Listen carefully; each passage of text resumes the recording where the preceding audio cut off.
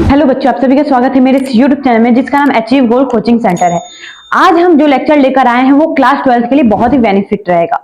क्यों? क्योंकि हम इस चैनल पे बहुत बार क्लास 10 के लिए मोस्ट इंपॉर्टेंट क्वेश्चन बता चुके हैं, बट इतने बार बताए हैं तो क्लास 12 के लिए तो बताना बनता है। तो 3 तारीख को क्लास 12 का यूपी बोर्ड का बायोलॉजी का एग्जाम है, जो कि आज जो भी इंपॉर्टेंट क्वेश्चन बताने वाले हैं वो आपके पेपर में कंफर्म है आने वाला है। ये पूरा क्वेश्चन सिर्फ आपके लिए है। ये पूरा क्वेश्चन आपको तैयार करना है पेपर में। 3 तारीख के पेपर में देख लीजिएगा, यहां से पेपर कंफर्म है आने वाला है। ये सब सारा क्वेश्चन मेरी तरफ से आप सभी को रिक्वेस्ट है, प्लीज करके जाइएगा। कौन कौन सा क्वेश्चन है हम एक एक करके डिस्कस करेंगे इसके बारे में। अगर आप सभी को इसका आंसर नहीं पता होगा तो प्लीज हमसे पूछ लीजिएगा कमेंट करके। चलिए हम क्वेश्चन को डिस्कस करते हैं। पहला क्वेश्चन कौन सा है हमारा, टैपिटम तथा टैपिटम का कार्य। ये टैपिटम क्या होता है, ये कहां होता है और इसका फंक्शन क्या है, कार्य क्या है, आपको समझना पड़ेगा। पेपर में कंफर्म है आएगा। दूसरा क्वेश्चन क्या है हमारा, दोहरा निषेचन। ये दोहरा निषेचन क्या होता है। हम यहाँ पे पूरे क्वेश्चन को डिस्कस नहीं कर सकते क्योंकि बहुत ही लॉन्ग वीडियो बन जाएगा, बट यहाँ पे ये सब काम आप ही का रहेगा। और 3 तारीख को पेपर है तो आपको ये मेहनत करना पड़ेगा। पूरा क्वेश्चन 20 क्वेश्चन दिया गया है, 20 क्वेश्चन में पूरा आपको तैयार करना पड़ेगा। ठीक है, सिर्फ 20 क्वेश्चन है, पूरा सिलेबस भी हम आपको पढ़ने के लिए नहीं कह रहे, बस 20 क्वेश्चन है। 20 क्वेश्चन को एकदम रट जाइए, 3 तारीख के पेपर में देख लीजिएगा, आपको यहां से क्वेश्चन मिलेगा, ये आपको मेरी तरफ से गारंटी मिल रही है। अगला क्वेश्चन क्या है हमारा, पराग पर टिप्पणी। ये पराग क्या होता है, इस पे पूरा टिप्पणी आपको लिखना है। पराग कण कहाँ होता है, परागण क्या होता है, सब आपको यहाँ बताना पड़ेगा। ठीक है, ये परागण कितने प्रकार का होता है, स्वपरागण, पर परागण, ये सबको आपको डिफाइन करना होगा पेपर में। पूरा आप पढ़ लीजिएगा इसके बारे में। फिर हमारा अगला क्वेश्चन क्या है, भ्रूणपोष तथा भ्रूणकोश। इसमें डिफरेंस आपसे पूछा जाएगा कि भ्रूणपोष तथा भ्रूणकोश क्या होता है। डिफिनेशन भी पूछ लेता है 1 नंबर में कभी कभी। फिर अगला हमारा क्वेश्चन क्या है, मेंडल के तीनों नियमों को समझाइए। मेंडल के तीनों नियमों को समझाइए। तीनों नियम कौन सा है, जल्दी बताओ, तीनों नियम कौन सा है हमारा। पहला हमारा प्रभाविता का नियम, दूसरा पृथक्करण का नियम, तीसरा हमारा क्या है, स्वतंत्र अवयवन का नियम।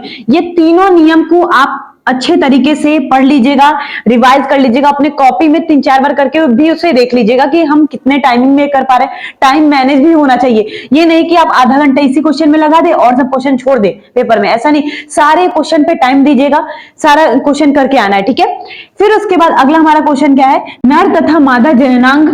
ये चीज आप पढ़ लीजिएगा, उसका चित्र क्या हो, कैसे बनाया जाता है, ये भी आप देख लीजिएगा। अगला क्वेश्चन हमारा क्या है, GIFT। GIFT क्या होता है, ZIFT क्या होता है, IVF क्या होता है, ICSI क्या होता है, MTP क्या होता है, ये सब का फुल फॉर्म आना चाहिए और इस सब के बारे में पढ़ लीजिएगा कि ये सब होता क्या है। ठीक है, कहाँ उपयोग किया जाता है, इस सब का कहाँ यूज किया जाता है, ये सब देख लीजिएगा आप। फिर अगला क्वेश्चन क्या है, ये मेंडल के नियम का, ये उसी चैप्टर का है, सप्रभाविता तथा अपूर्ण प्रभाविता। ये सप्रभाविता क्या होता है तथा अपूर्ण प्रभाविता क्या होता है।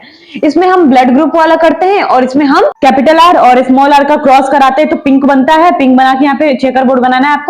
तो जीनोटाइप तथा फिनोटाइप का दोनों का रेशियो सेम आता है, 1:2:1 का आता है। ठीक है, करके जरूर देख लेना। फिर उसके बाद अगला हमारा क्या है, सिंड्रोम। सिंड्रोम भैया तुम लोग तो बहुत अच्छे तरीके से जानते होंगे। सिंड्रोम हमारा कितना है, मैक्सिमम 3 जो है ना वो मोस्ट इंपॉर्टेंट है। कौन कौन सा, Down syndrome, tunnel syndrome and Klinefelter syndrome. ये इंपॉर्टेंट है, सिंड्रोम में आप पढ़ लीजिएगा कौन सा है। जैसे हमारा डाउन सिंड्रोम पढ़ लेना, फिर उसके बाद टर्नल सिंड्रोम, फिर क्लाइनफिल्टर सिंड्रोम।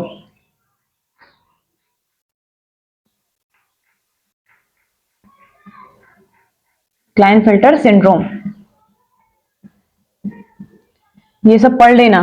ठीक है, अगला क्वेश्चन हमारा क्या है, वाटसन और क्रिक मॉडल। ये वाटसन और क्रिक मॉडल क्या है, इसका ये मॉडल है, ये हमारे डीएनए का मॉडल है। इसके बारे में पढ़ लेना बहुत अच्छे तरीके से।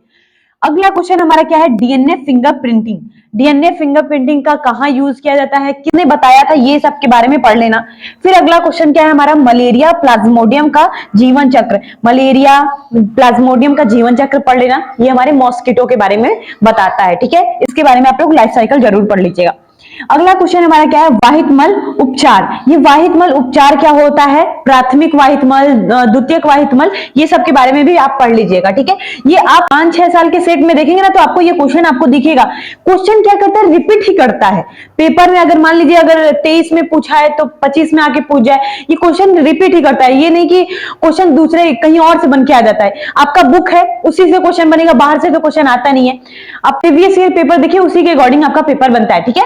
अगला क्वेश्चन हमारा क्या है, पुनर्योजन डीएनए और इंसुलिन क्या होता है, इसके बारे में पढ़ लेना। फिर बीटी फसलें, ये बीटी फसलें, बीटी कपास जितने भी हैं ये सब के बारे में आप पढ़ लेना।